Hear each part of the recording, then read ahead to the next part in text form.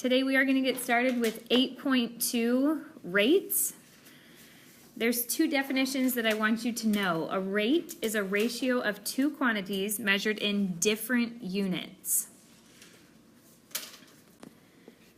Then if you look at a unit rate, it's a rate that has a denominator of what? One. Okay, so only if you have one in the denominator is it considered a unit rate. So if you look right here, this first one says it's two quantities that are measured in different units. So let's say 2 minutes and 20 seconds.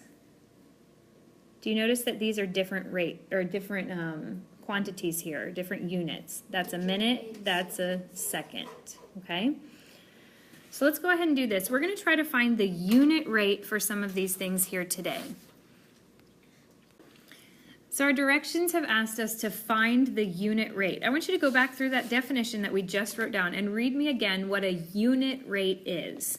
A rate that has a denominator of 1. Okay, a rate that has a denominator of 1. If you're looking at this plant growth right here, what is in my denominator? Do I have it at 1? 12 hours. No, it's 12 hours. So my whole goal is to turn that into 1 hour, okay? So I want you to imagine a plant. Okay, I've got a plant about this tall. Imagine that it grows every 12 hours. How many inches? 6 inches. Okay, so say you leave your house at 7 a.m., you come back at 7 p.m., and it's grown 6 more inches. Does this seem logical, like this would normally happen? No. No, that would be like a mega plant. It would be huge by the end of the week. But we're still going to use this as our scenario. We're pretending that it grew 6 inches in 12 hours. But I don't want to know how much it grew in 12 hours. I want to know a unit rate, how many it grew in 1 hour. So can anyone tell me how I could turn that 12 hours? What would I need to divide by to get that 12 to turn into 1? Divide it by 12, because 12 divided by 12 equals 1. Now, if you remember before, we've got to be fair. If I do something to the denominator, I've got to do it to the numerator also. So I'm going to divide by 12 on top and 12 on bottom. Guys, what is 6 inches divided by 12? 1/2 inch. Okay, I don't want it as 1/2. I want it as a decimal. So what is that? Okay, 0.5 or 0.5. Now, here's the deal. What is that? 0.5 what? Inches. Inches. You must make sure that you keep the unit there with it. So 0.5 inches over, what is 12 hours divided by 12? 1 hour. 1 hour. So when I'm reading this, the growth is 0.5 inches per hour. And that's how you find a unit rate. Problem B tells us that there was some snowfall that happened. Clearly this would not have happened in Jacksonville since we don't ever get to see snow. But somewhere else, maybe Virginia or Massachusetts, they had 12 feet fall in 2 days. Now my instructions asked me to find a unit rate. In order to find a unit rate, what does the denominator have to be? 1. A 1. Ashley, how do I get those 2 days to turn into a 1? What do I need to divide by?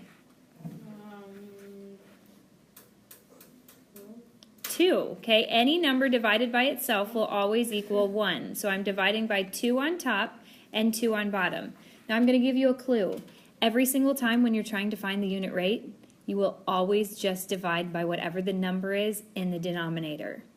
So I want you to go ahead and figure this out. Don't forget to put the units at the end.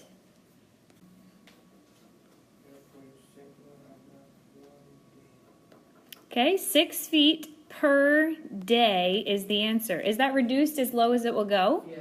Yes, because my denominator is 1, and that was my whole goal, to find a unit rate. You want to get the denominator of 1. So that is the answer, 6 feet per day.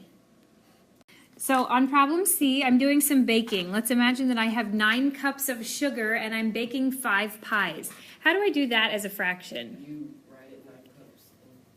9 cups and over 5 pies. Okay, just remember you have to have units with it. 9 cups over 5 pies. Addison, my whole goal is to get my denominator of what? 5. No, not a 5. The unit rate, my goal is to turn the denominator into the number 1. How do I get rid of 5 pies? Divided by 5. If I divide by 5 on the numerator, I have to do it to the denominator. And what do you get as the answer, guys? 1.5 cups over 1 pie. Thank you for remembering to put the units. 1.8 cups over 1 pie. That means for every pie that I bake, I need 1.8 cups of sugar. Okay? Let's go on to the next slide. Number 2. Determine which one is the better buy. So let's imagine that I go into the store and I need to buy some milk. Okay, the first deal that I see is 6 ounces for $2. Okay, this is a very small amount of milk, so it's like I'm buying it for a small kitten or something like that. So 6 ounces of milk for $2 or 2 ounces of milk for $1.50. I'm trying to figure out which one's the better deal, which one I should purchase. So let's look at the first one, 6 ounces for $2. I want you to go ahead and put that in fraction form.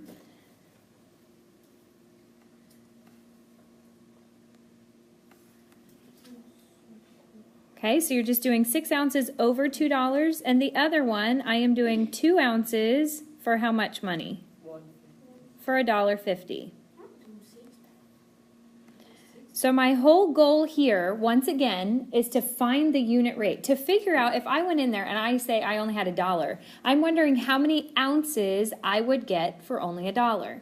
So how do I turn this $2 that's in my denominator into $1? I have to divide by what number? 2. Divide by 2. If I divide it by 2 on the bottom, I have to do what? Divide by 2 on top. Divide it by 2 on the top. 31. Not 31, No, 30 over 1. not 30 over 1. And I need something with units. The top one, what should you do? 6 ounces divided by 2, what do you get? Oh, I thought it said 60 ounces and $1. 3 ounces and what? $1. Okay, so we're not going to read this as 3 ounces and $1, but instead, this fraction bar right here is basically saying the word per. So 3 ounces per dollar that I spend. So that's how much I would get if I just went in with $1. Let's look at the next one. 2 ounces for $1.50. I need to figure out the same unit rate. So I need to turn that $1.50 into a 1. What number can I divide by to get $1.50 to turn into 1? 150. Divide it by $1.50. You have to do it on the top and on the bottom.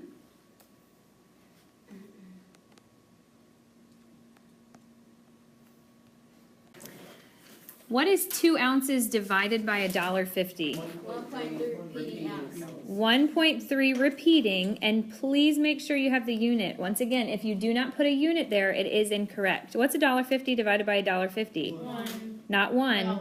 $1, okay? So the dollar sign is the unit that we have to have here. So let's just imagine now, I'm not finished yet, but I have figured out what the same unit rate would be.